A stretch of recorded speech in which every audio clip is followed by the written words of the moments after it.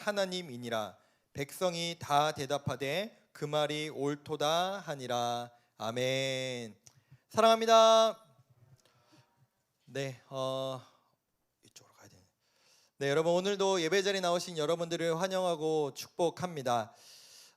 여러분 제가 동물을 몇 개를 좀 말씀드리려고 해요. 동물을 좀 말씀드리려고 하는데 박쥐 딱 들었을 때 여러분 어떤 이미지, 어떤 생각이 떠오르는지를 한번 머리로 그냥 기억하고 있어 보세요. 박쥐, 철새 이런 동물들을 혹시 제가 여러분에게 너 박쥐 같다, 너 철새 같다 라고 하면은 사람들이 이 표현에 대해서 기분을 좋아할까요? 기분을 나빠할까요? 나빠하죠. 박쥐라는 동물 자체가 나쁜 건 아니고 사실 철새도 나쁜 동물은 아닌데 이 동물을 사람한테 야 너 진짜 박쥐 같아, 야 너 진짜 철새 같다 라고 하면은 이거는 좋게 느껴지지 않는, 나를 디스하는 표현으로 보통 받아들여지곤 합니다. 여러분 이 박쥐가 부정적인 이미지가 있는 거는 일단은 동화 때문이죠. 저도 어렸을 때 봤던 동화예요. 이 동화를 보면은 박쥐가 특이한 짐승이잖아요. 포유류예요. 새끼를 낳는데 뭐가 달려있죠? 날개가 달려있어요. 그래서 여러분 혹시 기억하실지 모르겠지만 그 동화책을 보면은 동물의 왕인 사자와 그리고 새들의 왕인 독수리가 이제 세력을 가지고 싸우게 됐을 때 이 박쥐가 여기 붙었다가 저기 붙었다가 했다가 결국에는 양쪽에서 환영받지 못하게 됐다는 이 동화 때문에 박쥐 같다라고 하는 말이 진짜 좀 나쁜 의미를 가지고 있죠. 여러분 철새는 어떤가요? 철새는 그냥 이미 의미는 어떤 의미냐? 철에 따라, 계절에 따라서 멀리 이동하는 조류를 뜻하는 게 철새입니다. 그러니까 나쁜 뜻을 가지고 있는 게 아닌데 이 철새가 보통 어디에 붙을까요? 어떤 사람들에게 붙을까요? 정치인. 보통 철새 정치인이라고 하면은 그냥 본인의 이익에 따라서 본인의 신념이 아니라 이리 붙었다가 언제는 보수, 언제는 진보, 언제는 우측, 어쩌는 좌측 이렇게 왔다 갔다 하는 정치인을 가지고 철새 정치인이라고 얘기를 하며 보통 좋은 이미지로 얘기하지 않죠. 저 사람은 이익 따라가는 사람이야, 저 사람은 눈치 보며 다니는 사람이야 라고 얘기할 때 철새 정치인이라고 말을 합니다. 그런데 우리의 신앙에 있어서도 이런 박쥐 같은 사람, 철새 같은 사람들이 분명히 있다라는 거죠. 하나님을 분명하게 선택하고 하나님을 따르는 것도 아니고 하나님이 아니라 다른 것을 분명하게 선택하고 따르는 것도 아니라 이거 보통 이 중간에 있는 걸 어떤 지대에 있는 사람이라고 얘기하죠? 회색 지대. 검은색도 아니고 여러분 흑백요리사 2 나왔잖아요. 저도 틈틈이 보고 있는데 아직 2화까지밖에 못 봤는데 10분 잘라서 보고 있는데 흑백은 너무 대조되는 색깔인데 그 중간이 뭐예요? 회색. 중간에 서서 흑으로 갈까 백으로 갈까 이 간만 보고 있는 사람을 회색지대에 있는 사람이라고 말하는 것처럼 신앙에 있어서도 회색지대에서 하나님을 선택할지 하나님이 아닌 다른 것들을 선택할지를 간보는 사람들이 있다라는 겁니다. 근데 그걸 선택할 때 무엇을 따라 선택하냐? 내 유익, 내 이득, 나에게 뭔가 좋은 것을 따라가는 것을 이런 사람들을 뜻하죠. 오늘 우리가 읽은 성경에 그런 사람들이 등장해요. 열왕기상 18장의 이 사건은요, 여러분 성경에서 나름 되게 유명한 걸로 따지면은 톱10 안에 들까요? 그 10손가락 안에 들까요? 라고 하는 되게 유명한 사건 중에 하나입니다.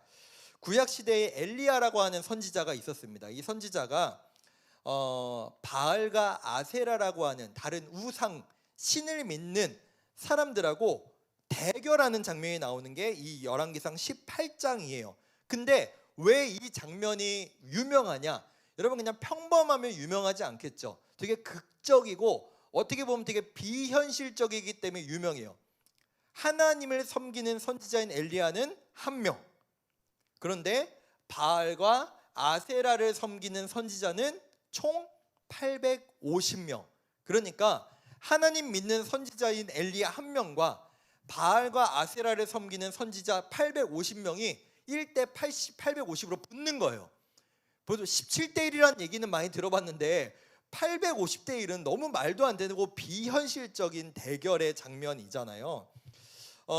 여러분, 우리가 지난주에 받은 말씀처럼 이 이스라엘 백성들은 결국에는 하나님을 버린 왕 때문에, 또 하나님을 온전히 따르지 못한 백성들 때문에 결국 나라가 둘로 갈라지게 됩니다. 북이스라엘과 남유다로 갈라지게 되죠. 그런데 여러분, 북이스라엘과 남유다 중에 어디가 더 세력이 세다고 그랬어요? 어디가 더 세요? 북이스라엘. 10개의 지파를 갖고 있던 북이스라엘이 당연히 셌는데, 이 북이스라엘의 나라 중에서 가장 악한 왕이라고 말하는 왕이 등장하게 되는데, 그 사람의 이름이 아합이라는 2글자의 왕입니다. 이 왕이 얼마나 악하냐, 이 왕에 대해서 하나님께서 얼마나 진노하셨냐에 대해서 성경은 이렇게 기록합니다. 16장 30절에서 33절 보면 이렇게 기록합니다. 오므리의 아들 아합이, 오므리도 북이스라엘의 왕이에요. 근데 그 오므리라고 하는 사람의 아들인 아합이 그의 이전의 모든 사람보다 여호와 보시기에 악을 더욱 행하여, 과거에 있던 사람들도 악하대요. 과거에 있던 왕들도 악한데 그 왕들보다 더 나쁘대요. 더 악하대요. 사마리아 건축한 바알의 신전 안에 바알을 위하여 제단을 쌓으며 아세라상을 만들었으니 그는 이전에, 그가 얼마나 악했느냐, 이스라엘의 모든 왕보다 심히 이스라엘 하나님 여호와를 빡치게 했다, 열받게 했다, 분노하게 했다라고 성경이 기록합니다. 그러니까 하나님께서도 분노하실 만큼, 정말 저건 진짜 안 되겠다, 저거 내가 진짜 가만두지 않겠다라고 하나님께서 생각하실 만큼 이 아합이라고 하는 왕이 너무나도 악했다라고 성경이 대놓고 기록하고 있는 겁니다. 이 왕이 했던 일 중에 가장 악한 일은 무엇이냐면은 외국으로부터 신물을 수입해 와요. 그 수입해 온 게 뭐냐면은 사실은 아내를 수입해 오거든요. 아내가 이방 사람이에요. 아내가 이세벨이라고 하는 사람인데, 그 이세벨이라고 하는 여왕이 이 북이스라엘의 왕비가 되면서 신을 가지고 들어와요. 바알과 아세라라고 하는 신을 가지고 들어오는데, 이게 최신 트렌드였어요 당시에. 마치 이런 거예요. 야, 너 아직도 바알과 아세라 안 믿냐?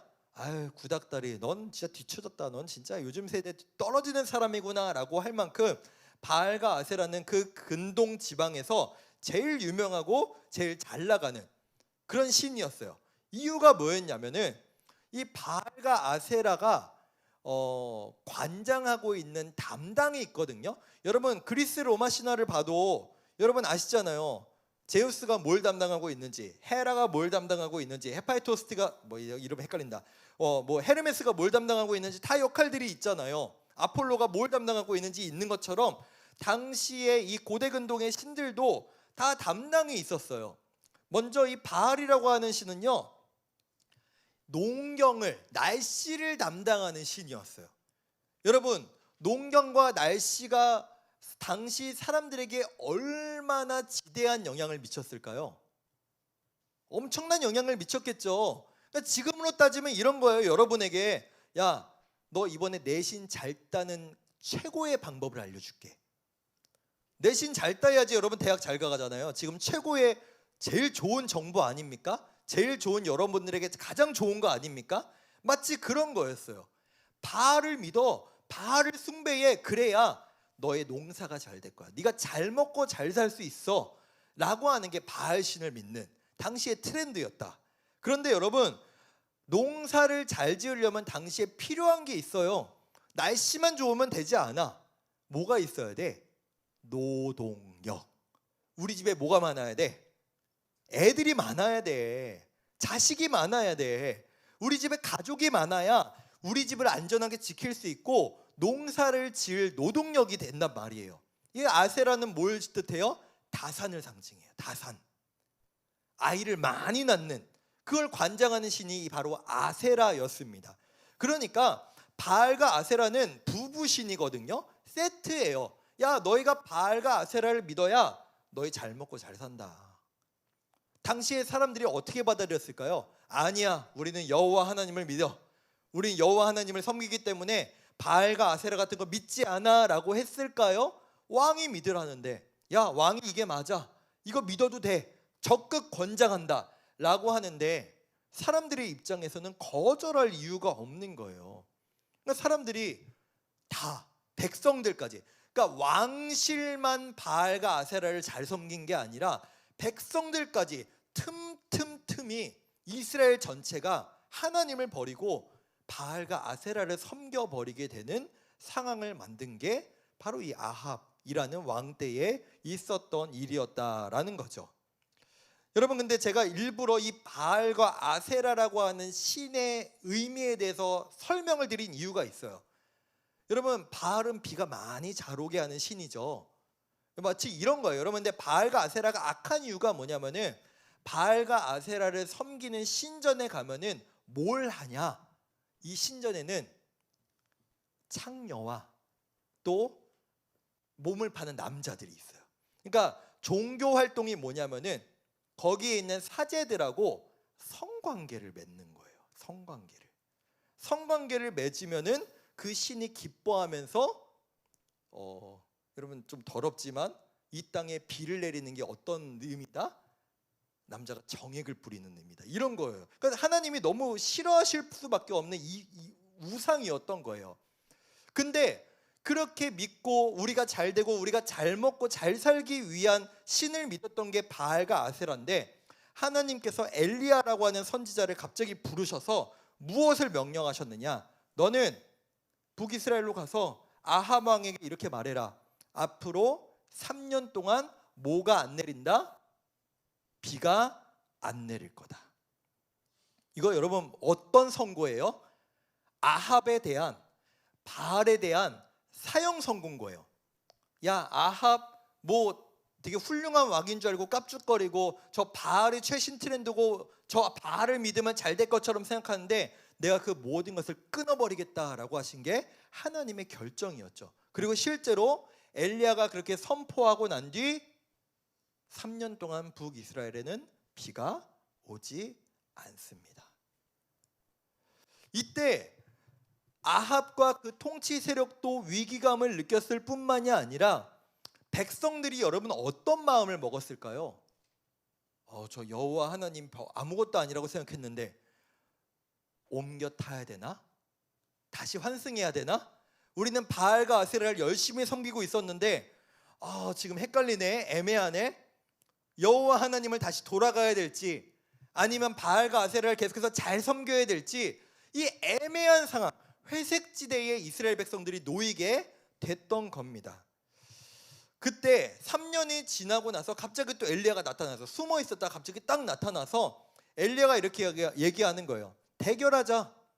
야, 네가 진짜인지, 네가 믿는 신 바알과 아세라가 진짜인지, 내가 믿는 신 여호와 하나님이 진짜인지 대결하자 라고 한 게 우리가 읽은 성경 18장의 내용이었던 거예요. 그래서 오늘 성경 마지막에 이렇게 나오잖아요.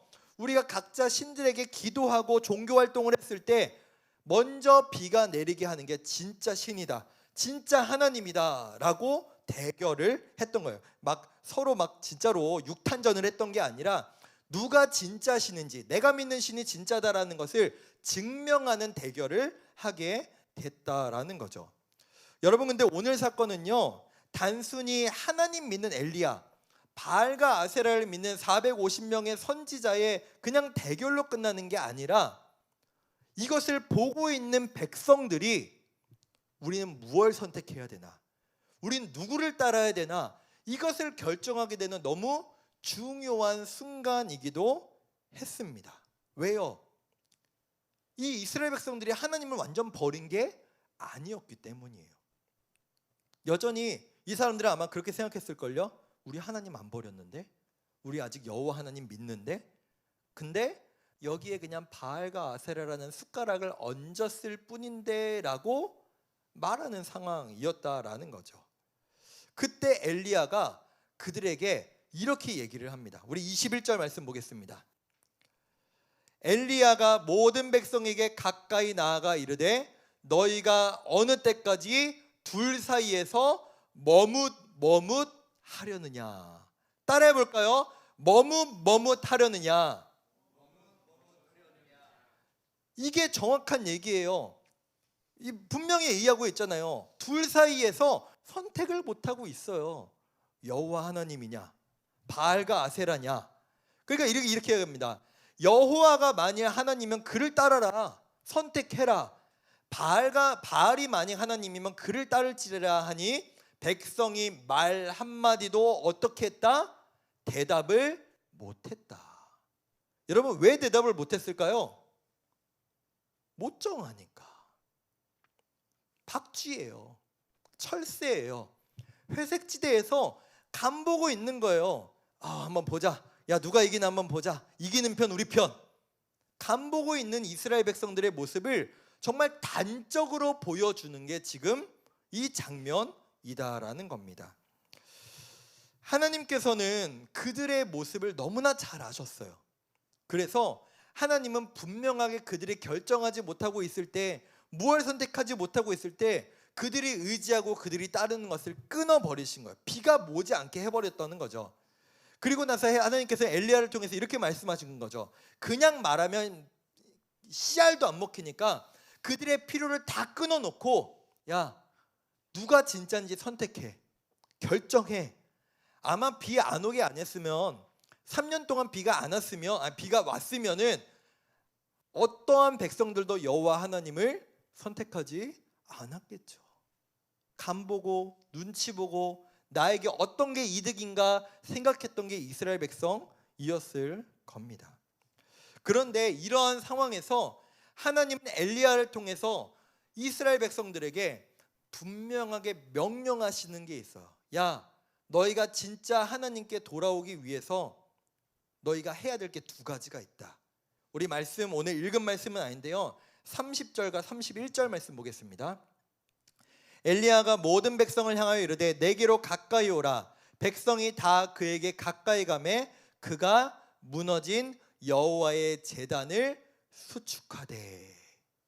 네, 절 보여주시고 다시 한번 이따가 볼게요. 첫 번째 따라합시다. 여호와의 제단을 수축하다.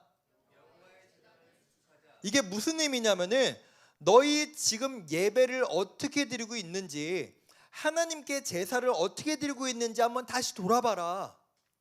왜요? 지금 여호와께 제사를 드려야 되는 제단이 다 무너져 있었던 거예요. 예배를 드리려고 왔더니 마이크를 켰더니 마이크가 안 나와. 배터리가 충전이 하나도 안 돼 있어. 보면대를 쓰려고 했더니 보면대가 다 녹슬어가지고 고정이 안 되고 계속 내려가.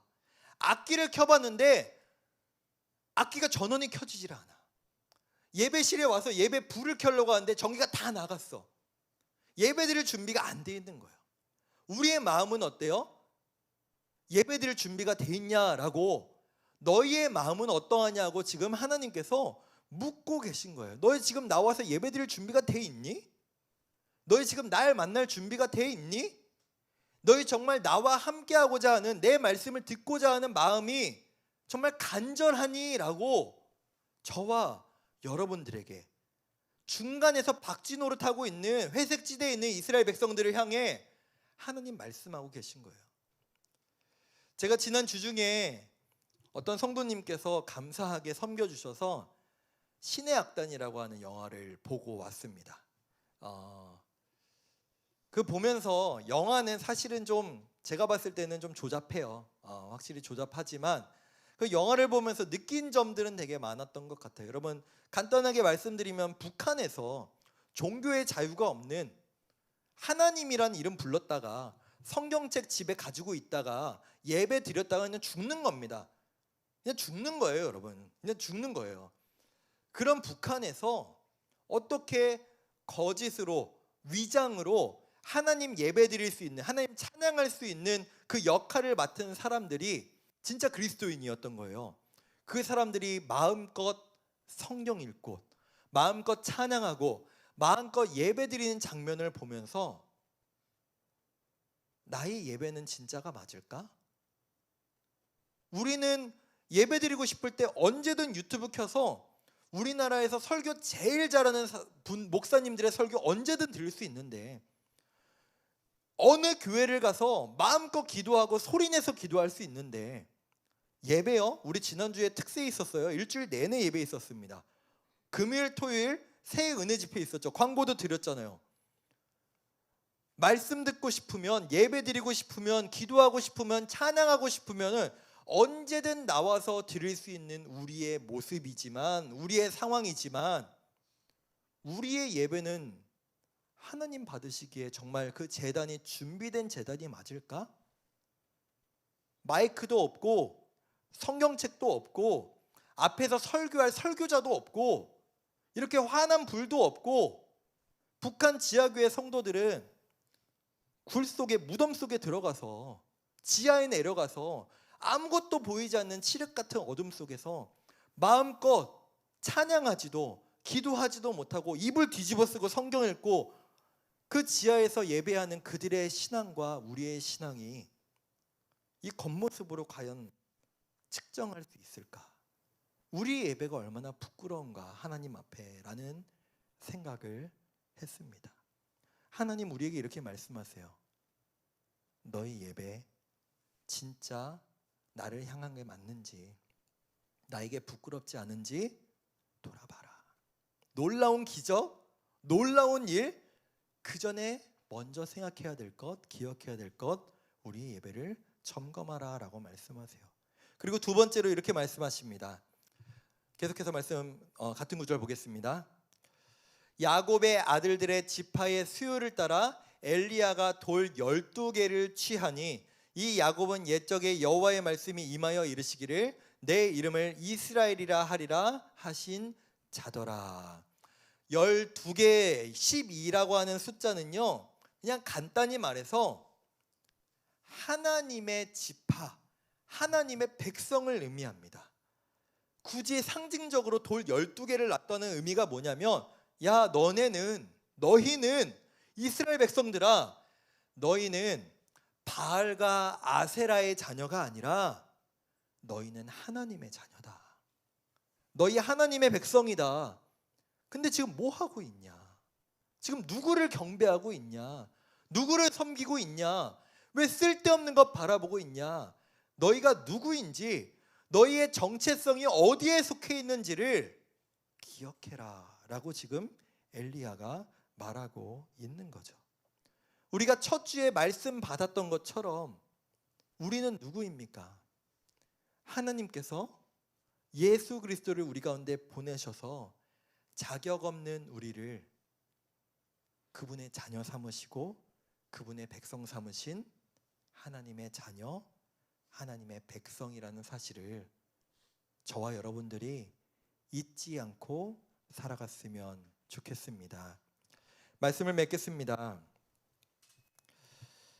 사랑하는 고등부 여러분, 여러분은 지금 어디에 소속되어 있습니까?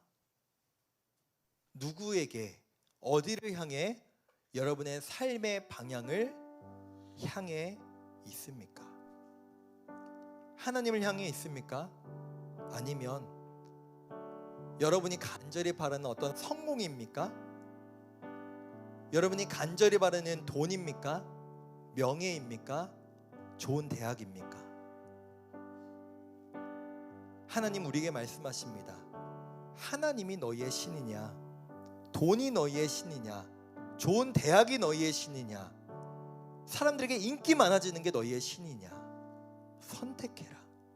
누가 너의 하나님인지, 누가 너의 구원자인지 선택하라 라고 말씀하시죠. 그 하나님의 부르심에 응답하여 주님, 내가 예배를 다시 세우겠습니다. 내가 누구인지 다시 깨닫고 주님을 바라보겠습니다 라고 결단하는 우리 모두가 되기를 간절히 소망합니다. 우리 그 마음으로 이 찬양의 고백을 우리 마음 다해 고백하겠습니다.